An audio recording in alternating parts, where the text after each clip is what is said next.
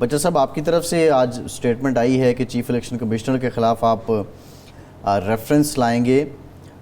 کیا گراؤنڈز ہیں آپ کے پاس, کس بیس پہ آپ ریفرنس لانا چاہتے ہیں؟ اور اگر الیکشن کے معاملے پہ یہ آپ نے لانا ہے تو آپ نہیں سمجھتے یہ تو بہت وقت ہو گیا, آپ کو بہت پہلے لے آنا چاہیے تھا؟ دیکھیں جی, بات یہ ہے کہ آپ کی بات یہ بالکل ٹھیک ہے, یہ پہلے لے آنا چاہیے تھا, بٹ ہم دیکھتے رہے اور ہمارا یہ خیال تھا, ہم نے 8 فروری کے بعد سے آج دن تک جو بھی الیکشن پروسیس میں حصہ لیا وہ ہم نے لیا بطور احتجاج. آپ خود دیکھ لیں کہ جو سپریم کورٹ کا فیصلہ آیا ہے اس میں سامنے آ گیا ہے کہ الیکشن کمیشن نے تشریح صحیح نہیں کی سپریم کورٹ کے فیصلے کی. اب چاہیے تو یہ تھا کہ خود الیکشن کمیشن کو پیچھے ہٹ جانا چاہیے تھا اور ریزائن کر جانا چاہیے تھا, کہ جس کے لیے خود سپریم کورٹ نے کہا ہے کہ ان کے فیصلے کی تشریح صحیح نہیں ہوئی. تو میرا نہیں خیال کہ اب ان کا کوئی اخلاقی جواز رہ گیا ہے. چاروں ممبر جو ہیں اور چیف الیکشن کمشنر, جس طرح ان کی کریڈیبلٹی اور جس طرح انہوں نے الیکشن کنڈکٹ کروایا ہے, تو میرا نہیں خیال کہ ان کو اب رہنا چاہیے. تو ہم نے تو ان کو کہا ہے کہ آپ جی اچھا دیکھیں, وہ تو بظاہر نہیں لگتا کہ وہ استعفیٰ دیں گے, بلکہ لگتا یہ ہے کہ وہ آپ کو تو ان کے بس میں ہوا تو وہ آپ کو نشستیں بھی نہیں دیں گے. اگر وہ آج اجلاس ہوا ہے الیکشن کمیشن کا, کل پھر ہو رہا ہے, اگر وہ اعلان کرتے ہیں کہ جی ہم فیصلے کو چیلنج کر رہے ہیں اور جب تک فیصلہ حتمی نہیں آتا اس وقت تک نشستیں نہیں دیں گے, تو پھر آپ کا لائحہ عمل کیا ہوگا؟ میرا سر, میں نے پہلے ارشاد عارف صاحب, سب سے پہلے تو السلام علیکم, آپ کی طبیعت ٹھیک ہے سر؟ جی مہربانی, بہت شکریہ. جی سر, میں پہلے آپ کو یہ عرض کروں گا کہ ہمارا لائحہ عمل یہی ہے کہ ہمارے پاس بہت زیادہ مواد ہے. ہم انشاءاللہ تعالی ریفرنس میں جا رہے ہیں اور پوری پارٹی جا رہی ہے, ہر صوبے سے جا رہے ہیں اور ہماری نیشنل لیڈرشپ بھی جا رہی ہے. تو کیونکہ اب وہ بالکل ذاتیات پہ تو خیر پہلے ہی تھا آپ کا یہ الیکشن کمیشن, لیکن اب تو ان نشستوں کے بعد اور سپریم کورٹ کے فیصلے کی تشریح کے بعد اس کا کوئی اخلاقی جواز نہیں سر رہ جاتا کہ وہ اس میں وہ یہ ہو کہ وہ بیٹھے ہوں اور ہم اسی الیکشن کمیشن کے تحت باقی سارے کام کریں. دیکھیں نا جی, اگر آپ جس طرح ریزرو سیٹس ہمیں ملی ہیں تو فارم 45 والا جس طرح انہوں نے ہولڈ کیا ہوا ہے الیکشن ٹریبونلز کو, تو یہ کب ہمیں یہ انصاف دیں گے؟ یہ اس الیکشن کمیشن سے ہمیں انصاف کی بالکل توقع نہیں ہے. تو دیر فور یہ ہماری پارٹی نے فیصلہ کیا ہے کہ ہم ان کو موقع دیتے ہیں, یہ خود ہی استعفیٰ دے دیں, اگر نہیں دیتے تو ڈیفینیٹلی ہم سر ریفرنس میں جائیں گے انشاءاللہ. اچھا یہ فرمائیں کہ اس وقت تک پنجاب میں کتنے ارکان اسمبلی ہیں جنہوں نے حلف نامے جمع کرا دیے پی ٹی آئی سے وابستگی کے؟ اور دوسرا ایک قانونی نقطہ سامنے آ رہا ہے کہ آپ لوگ سنی اتحاد کونسل میں شامل ہو گئے, حلف نامہ جمع کرا دیا, آپ کو اپوزیشن پارٹی تسلیم کر لیا گیا. اب اگر ایک دوسرا حلف نامہ دیتے ہیں تو کیا قانونی طور پر یہ تو نہیں ہوگا کہ نشستیں لے دیتے اپنی نشستوں سے بھی محروم ہو جائیں کہ آپ نے حلف کی خلاف ورزی کی ہے یا غلط حلف نامہ جمع کرایا ہے؟ دیکھیں سر, میں آپ کو عرض کرتا ہوں, میرے خیال میں ہمارے 100 سے اوپر ایم پی ایز نے اپنے حلف نامہ جمع کرا دیے, 3-4 رہتے ہیں, وہ بھی انشاءاللہ ہو جائیں گے.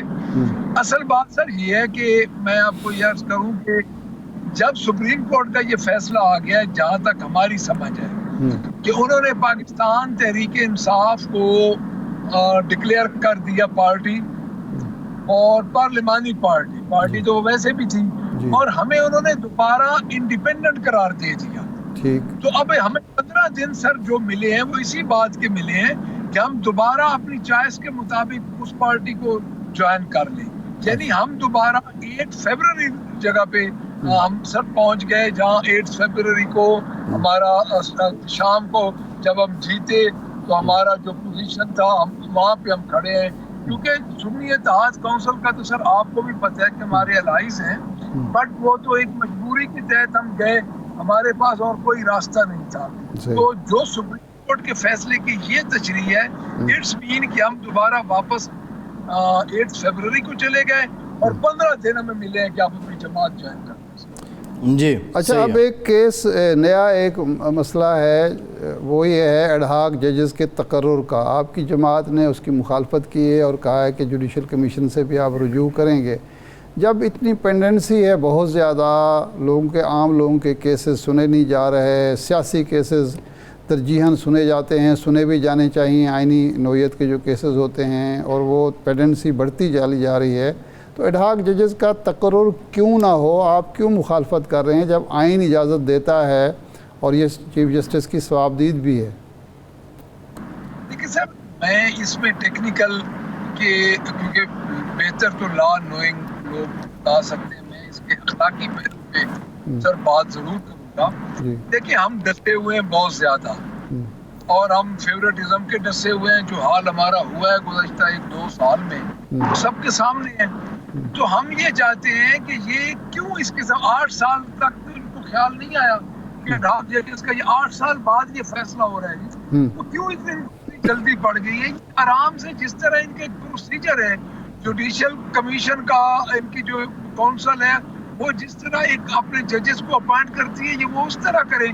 ایڈ ہاک ججز کو اپوائنٹ کر کے اپنے من پسند فیصلے لے کے ہیڈ ہنٹنگ کر کے، اس میں دیکھیں اس میں ہمارے تحفظات ہیں.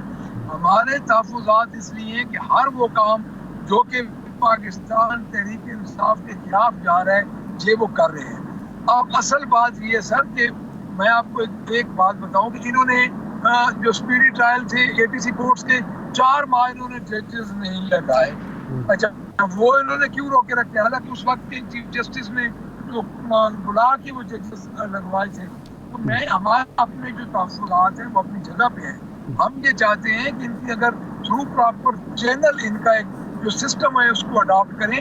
یہ سپر سیڈ کر کے 4 ججز کو نہ لیں. میرے خیال میں 2 ججز تو ویسے ہی انکار ہاں 2 تو انکار کر. جی اچھا بچہ صاحب یہ بتائیے کہ اب آپ کی جماعت پہ حکومت پابندی لگانے کا بھی سوچ رہی ہے.